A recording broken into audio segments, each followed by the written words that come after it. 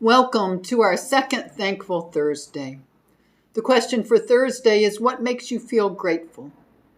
Kelly writes that the way my partner treats me with gentleness, kindness, honesty, and respect makes me feel thankful. And Susan says, my husband and I have a custom of holding hands, both hands, and saying thank you before we eat together. It reminds us of all that we have that is good. This meditation is coming to you late today because I've had a good day, even on 6 hours of Zoom calls throughout this day. I'm grateful for connections with organizations that I've worked with for years. Today, I participated in a weekly virtual Jericho walk. When I lived in New York City, you may have heard me talking about, I was co-chair of the New Sanctuary Coalition in New York. And that organization supports immigrants. And they help them with legal assistance, with bailouts, with accompany them when they have their check-ins, all kinds of things. The weekly Jericho walk included walking around the Federal Plaza in New York City, where immigrants who might be deported at any time have to check in.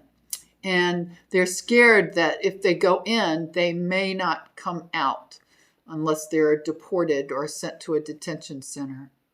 And so we hold a Jericho prayer in silence and walk around Federal Plaza 7 times.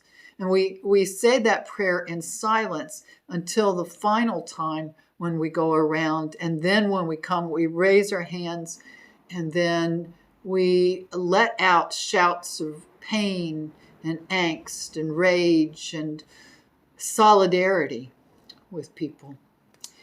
But today was a virtual Jericho walk, and I hadn't been to one of those before.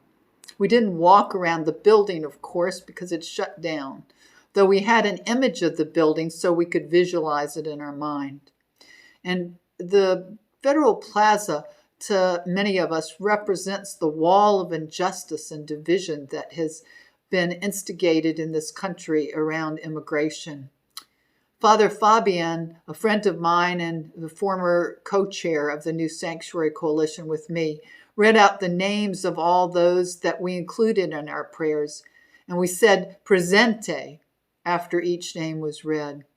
And then we prayed the Jericho prayer again in silence until the final time, when we all unmuted ourselves and cried out all the pain and the suffering of those who never know if they will be separated from their families, if they will not see their children again, or if they might be sent to detention centers in harsh conditions and all kinds of risk now with coronavirus.